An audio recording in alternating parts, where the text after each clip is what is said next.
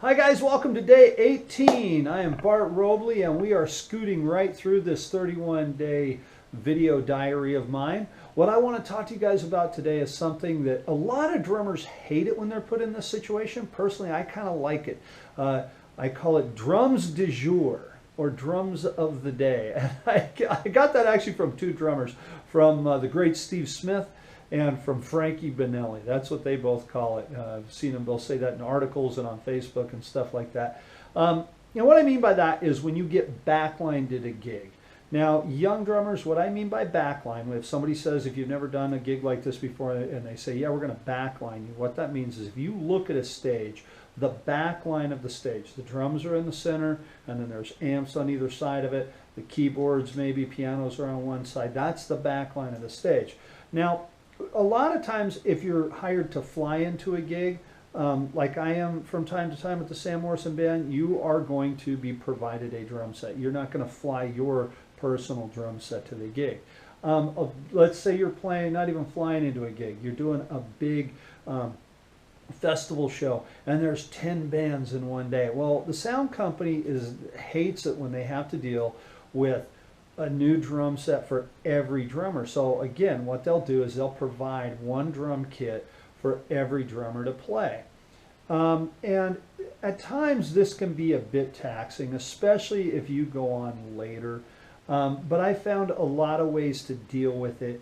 And actually, the reason I like it is because I don't have as much junk to carry around, if you want to know the truth. So what I do is this. First of all, if I know I'm going to play a backline kit, obviously, just like any other gig, I get there early so I can see what I'm dealing with, what kind of drum set that I'm going to be playing. I always bring a handful of things. Now, if you are backline, you can still bring a lot of your own stuff. A lot of times, somebody will say, well, tell the drummer to bring his own brass. And you're thinking to yourself, well, bring my own brass. I don't play trombone, I play drums. What they mean is bring your own cymbals, okay? So I always bring my cymbals with me. I also bring my own snare drum, my own snare drum stand, my own drum throne, and my double bass drum pedal, and my bag of sticks, of course. The reason for this is pretty simple. If I'm playing a strange drum set that I've never played before, I get all set up back behind the stage. My drum throne is set up right to my height, right where I like it. I don't have to worry about anything. I'm sitting right at the right height. I don't have to adjust the throne that's on the stage. I set up my snare drum at my height. It's tuned to my liking because I play it all the time, and my double bass drum pedal, because now my bass drum pedal, it feels good underneath my feet. So I got my trick bass drum pedal, probably one of my Gretsch snare drums, and my Gibraltar throne, and a bag full of Sabian cymbals. So let's say I have 10 minutes before I've got to play. When we get there, you got to go kind of fast. That way I can pull the cymbals off, put my cymbals up, move the snare drum, my bass drum pedals on there, put my snare drum in place and the drum throne, I'm good to go, right? It's that simple. Then you can quickly, adjust cymbals where you want, and maybe, like in my case, usually if I play a backline kit, I'll end up playing a 4-piece kit, which means a bass drum, a snare, a top tom or mounted tom, and a floor tom. If the tom-toms happen to be on a stand off to the side and not mounted to the bass drum, then I'll play the two. That's the way I like it. I'm kind of tall, and so I like the toms off to the side. So anyway, but I'll usually play a 4-piece kit.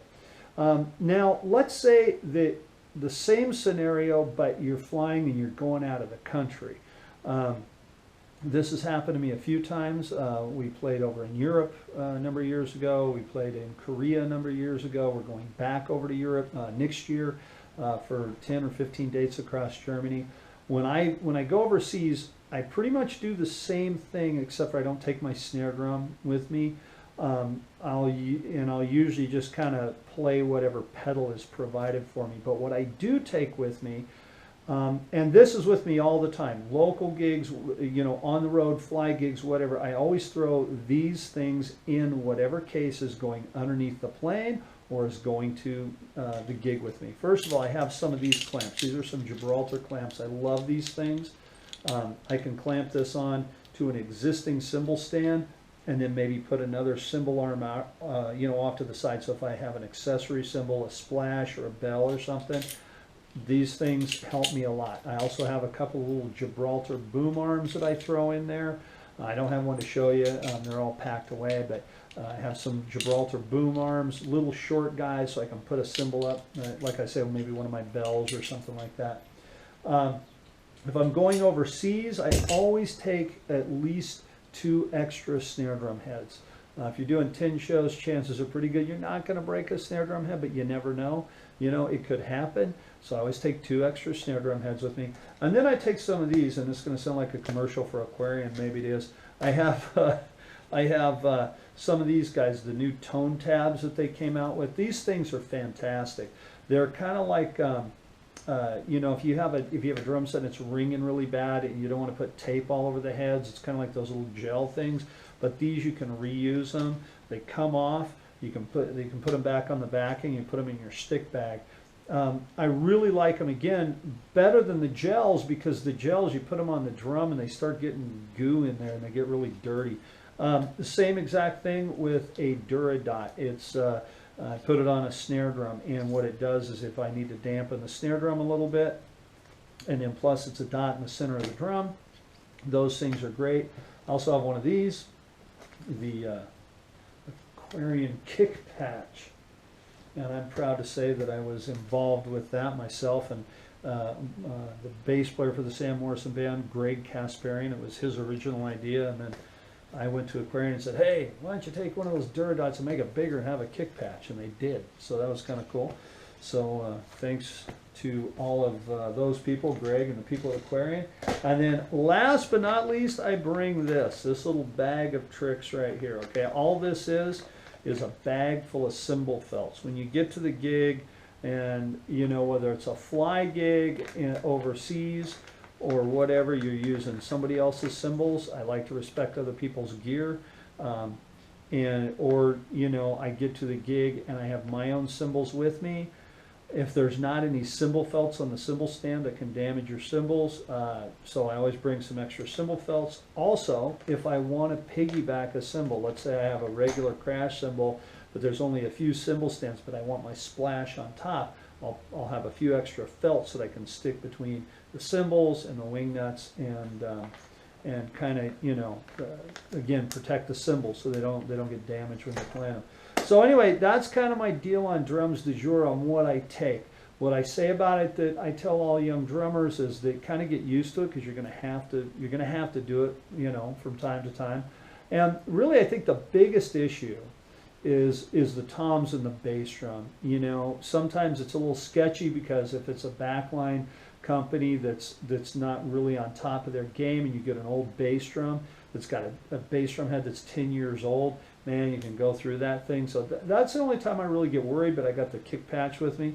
The toms can be a little weird, especially, like I said earlier, if you're playing, like, you know, with 10 drummers throughout the day and you're one of the last guys to play, and there's been a bunch of guys beating the heck out of the toms and they're all divoted up and beat up, you know, that's kind of a bummer. Or if you get, again, the backline company doesn't put fresh heads on, that can be a little bit of a drag too. But again, you just get there and you kind of tweak it in, and you do the best you can to get the drum sounding good for you. What I don't worry too much, though, honestly, about the toms and the kick drum sounding good out front, because chances are pretty good, if they're not sounding great where you are, it can mess with your head. But if you just kind of remember that, you know, the sound guy out front has really got control over it. He's got some effects on the toms, he's got some effects on the bass drum. It's going through a big PA system, and plus there's a wall of amplifiers and stuff. It's probably sounding pretty good out front. So, you know, if you're worried about that sort of thing, you usually don't need to. You know, if the drums are all mic'd up, they're going to sound great out front. So anyway, that's kind of my spiel on backline, and you know, I hope that helps. If you got any questions on backline gear, or you know, what to do if you're put into a situation with a strange drum set after watching this, send me a text or an email, or a message on Facebook. I'll always get them, and I always answer them. And sometimes if you have a question or something, leave it below. I'll answer it there too. So anyway, thanks for watching, and I hope some of these tips were helpful, and I'll see you guys in the next episode.